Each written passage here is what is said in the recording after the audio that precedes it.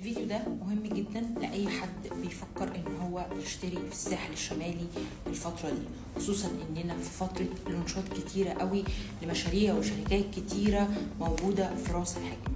كمل الفيديو الاخر علشان اخر معلومة هقولها لك هتبقى مهمة. اول حاجة لازم افكر فيها هي الشركة بسابقة اعمالها.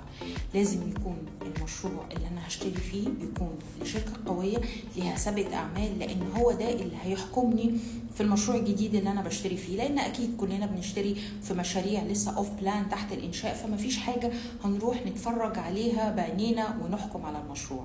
فلازم اختار شركة تكون قوية بسابقة اعمال قوية جدا، لان الساحل بمشاريع الساحل محتاجة شركة قوية علشان الصيانة. مش هشتري في مشروع يكون حلو اول سنتين ثلاثة وبعد شوية بيبدأ المشروع يتبهدل. ده هيخليني لا انا عارف اروح اصيف فيه، ولا انا عارف اعمل له ريسيل، ولا انا عارف حتى ان انا استثمره كايجار. تاني حاجة لازم ناخدها في اعتبارنا هو مكان المشروع في كيلو كام. طبعا بما اننا كلنا عارفين ان راس الحكمة عاملة قلبان الفترة دي بعد المشروع الجديد ما بين الحكومة المصرية وحكومة الامارات، فبالتالي ان راس الحكمة منطقة راس الحكمة هي هتكون ترند عالي جدا.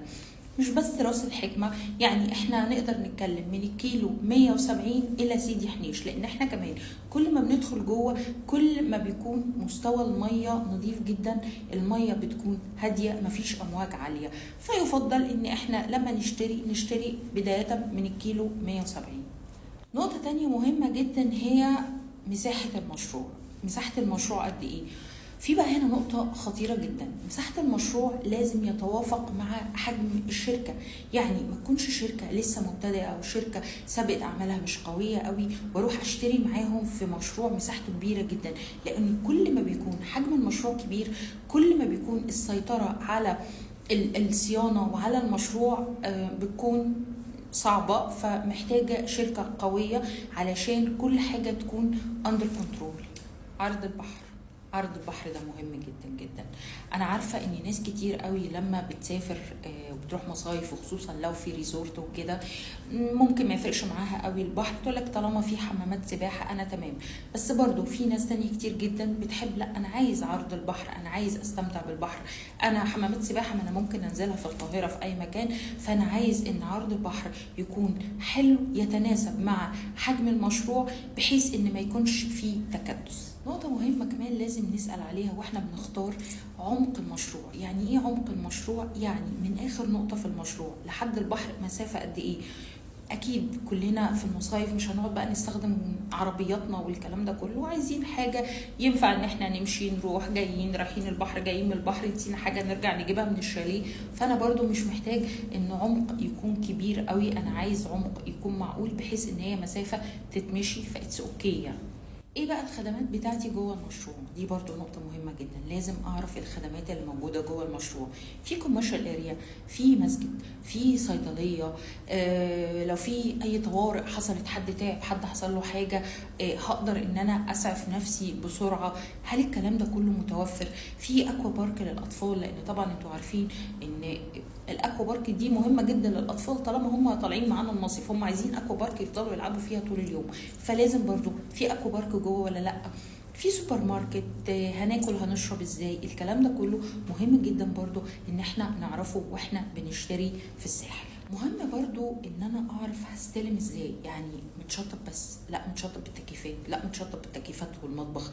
طب الفيلا متشطبه ولا لا؟ في ناس ما بيفرقش معاها قوي موضوع الفيلا المتشطبه ولا لا، لان يعني عاده عميل الفيلا بيبقى عايز هو يشطب على المزاج، وفي ناس تانية بتقول لا انا ده ساحل وبعيد وهشطب ازاي وهعمل ايه والكلام ده كله.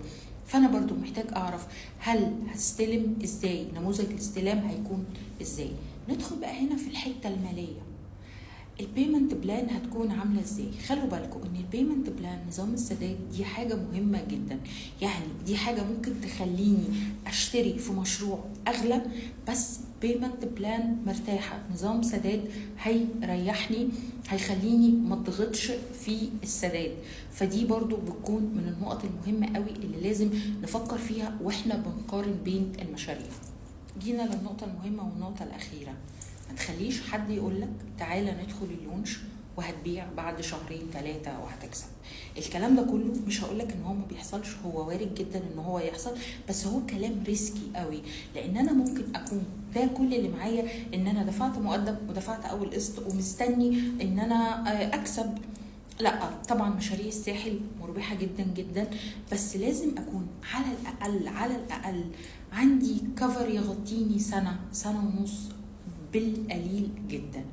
حتى لو انا شاريها بهدف ان انا هسيبها شوية وبعدين ابيعها، بس ما ينفعش ان انا اورط نفسي، فعلى الاقل يكون معايا اللي يغطيني شوية لحد ما اقدر ان انا ابيع. واي استفسار عن اي مشروع في الساحل كلموني او ابعتولي رقمكم وانا هكلمكم. شكرا لكم.